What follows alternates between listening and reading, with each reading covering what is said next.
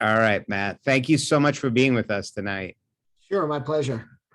So, Matt, you're a urologist. I just want to start for the pre-medical students and a little bit for myself. How would you describe what a urologist is and what a urologist does? Sure. So a urologist is a general urinary tract surgeon.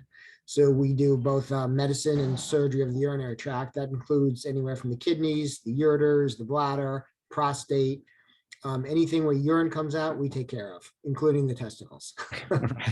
We're going to talk about that a little bit. But Okay. yeah, Matt, let me ask you. So here's where I get confused a little bit too. So one thing is a urologist is like a surgeon, but you have your own residency, like you're not a general surgeon. Is that correct? That is correct, but we have to do general surgical training. So So when I did my training, it was a 6-year program. I did 1 year rotating internship, 1 year general surgery, and 4 years of urology. They've now streamlined it to 5 years since there's no more rotating internship. And now it's 1 year general surgery, 4 years urology. but you would still say anything urinary you do, like sort of medical stuff for the urinary tract you do as well. Correct. Yeah. And then as far as a urogynecologist, so the question is like, is female urinary issues you too, or is it mainly men? No, it's female also, and urogynecologist has kind of usurped a little of our territory, and that's, we have some fellowships in female urology. So the question always is, where should the patient go, a urogynecologist or a female trained urologist? And there's a turf war that goes on.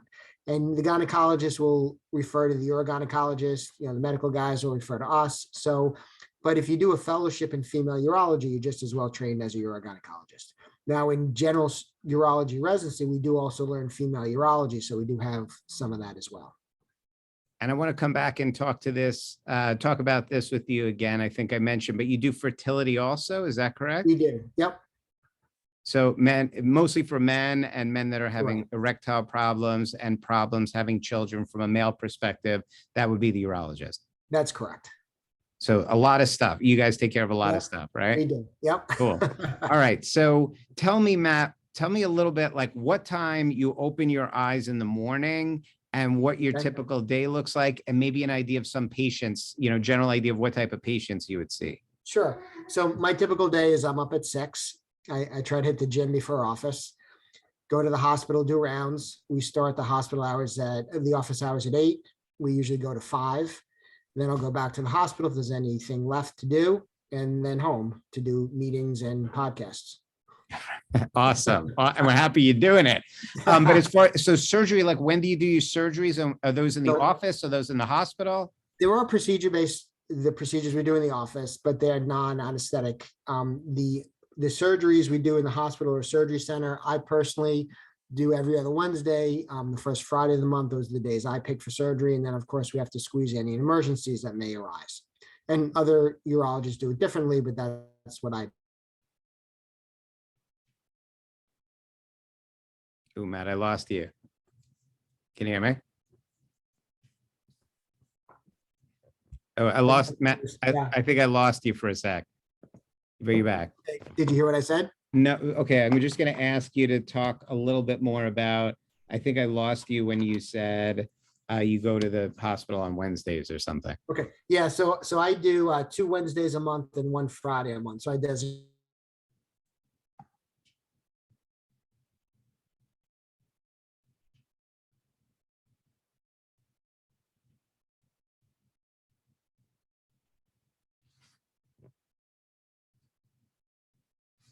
Oh, can you hear me? I lost you.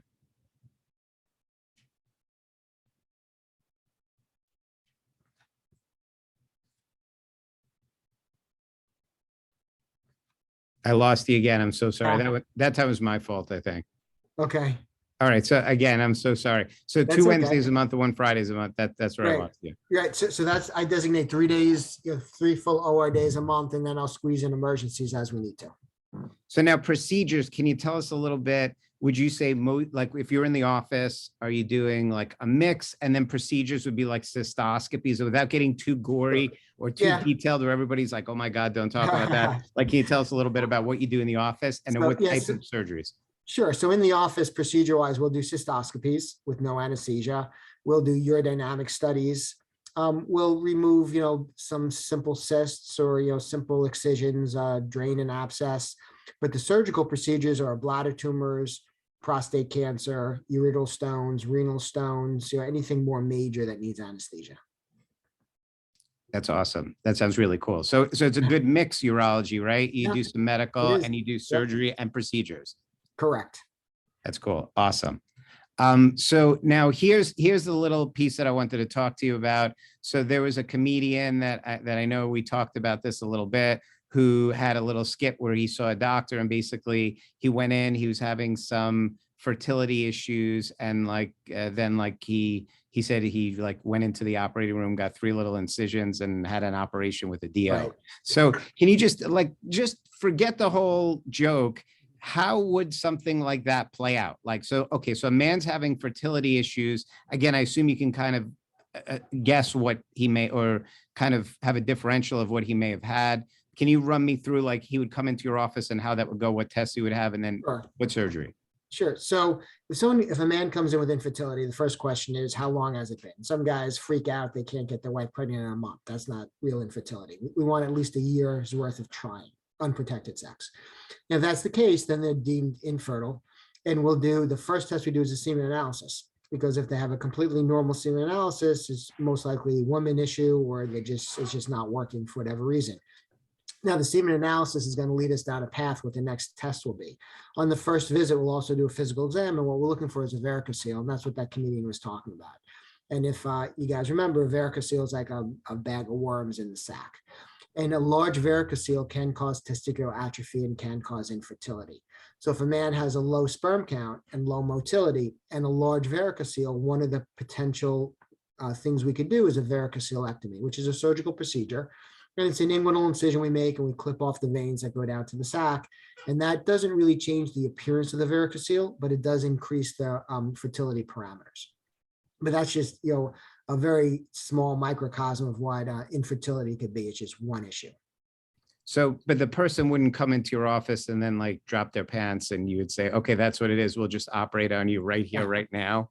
Definitely not. Right. They come in, you evaluate them. They're doing this whole semen analysis, and then ultimately you discuss with them the surgery, you schedule it. And obviously they know your credentials before going to the operating room. Usually they do.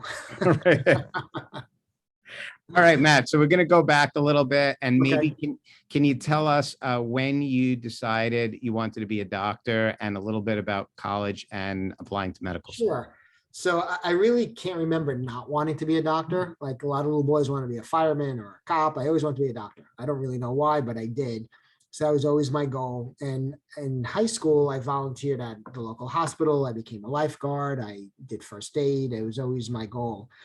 And interestingly, my college experience is when I was a high school senior, I found the first BSDO program through New York Tech. It was in the second year, and I applied for it. And I remember the morning of my interview, I didn't really know what a DO was. And this is pre-internet. So I had to run to my local library and read what a DO was. I knew there were licensed physicians, but I didn't know the difference. And I'm glad I did that, because the first question on my interview was, why do you want to be a DO? And I got accepted into the program. It was a 7-year combined med program with New York Tech and NICOM. And like I said, it was the second year in existence. And it was challenging finishing college in 3 years. It was competitive and challenging, but it's something I'm glad I did. Now, when you went there, were your parents or your friends, or you're like, oh my God, I just got into this 7-year medical program, and they're like, okay, well, what the heck is a DO? Were they asking you those questions also? Oh yeah, a lot of people, because this is back in 1983. No one really knew what a DO was, including me. So yeah, there was a lot of questions. But after you did your research, you felt good, and yeah, you were happy. If like it is today, medical school is very, very competitive. I knew a DO was a licensed physician. I knew kind of the differences between allopathic medicine and osteopathic medicine, which I liked. But the bigger draw for me was a 7-year combined program, and it kind of took the pressure off of having to apply to medical school. I think in retrospect, it was probably a little more challenging than I thought I was getting myself into, finishing college in 3 years. But it took a lot of pressure off, because I knew I was already accepted to NICOM, assuming I kept my grades up. That's great. So now, when during that time did you decide on urology? That's a more interesting story. So, and my wife is sitting next to me, she's chuckling because I went into NICOM wanting to be a family practitioner. Then when I started doing my clinical rotations, every rotation I did, I wanted to be that doctor. And I was really confused, and it was really very challenging because I didn't know what kind of doctor I wanted to be. And I remember I was in my fourth year med school. I did an ER rotation at the very end of med school, and I just loved suturing people up. And I decided I have to be a surgeon. And then the question was, what type of surgeon? So now I was an intern, and I thought I wanted to be a general surgeon. And I started hanging out with this urologist, one of our teachers from NICOM, and he was really charismatic and dynamic. And I really just fell in love with urology. And luckily for me, when I applied, there was a spot open in Philadelphia, because as you know, urology is a very competitive field. So my story was kind of a little bit of luck and timing, and I got lucky. Now, when you say there was a spot open, I mean, that makes it sound like, oh, there's just a spot open and I went to Philadelphia and took it. But I'm sure there are a lot of people applying for that spot, right? Yeah. So, and you know, this mentor of mine knew the guy running the program in Philadelphia, and I got an interview, and he basically said to me, I don't know who you are. Come down to Philly, do a year of general surgery. And if I like you, I'll give you the spot. If I don't, you're out of luck. So I rolled the dice. I went to Philly, worked my ass off, and I got the spot. So you started off with an internship in Philly before you were accepted into urology residency. Actually, it was an internship in New York, the rotating DO internship, which we don't have anymore. So I did that first. Then I did a year of general surgery in Philly. And then I got accepted into the 4-year urology program. Now, when you say you worked your tail off, like, what does that mean? Like, were you, Well, tell me what that means. You know, the med students today have it a little bit better than we did. So back then, there was no rules. It was every other night call, every third night call, 36 hours, suck it up. You don't like it, you could leave. So it was literally 100, 120 hours a week. You got there at 5 a.m., you left 9 or 10, and you just did your job. And then after, when you were finished or in the middle of it, did that mentor or your mentor's friend that was there, did he just pull you on the side and say, I'm giving you the spot, or was there a match? How did that work? About halfway through the year, you know, and of course I went to all the urology meetings and I got to know the guys, and about halfway through the year, they said they were giving me the spot. And you were psyched. I was very psyched. Yeah. Yeah. And did you do research? Was there anything else that you did, or you just working your tail off?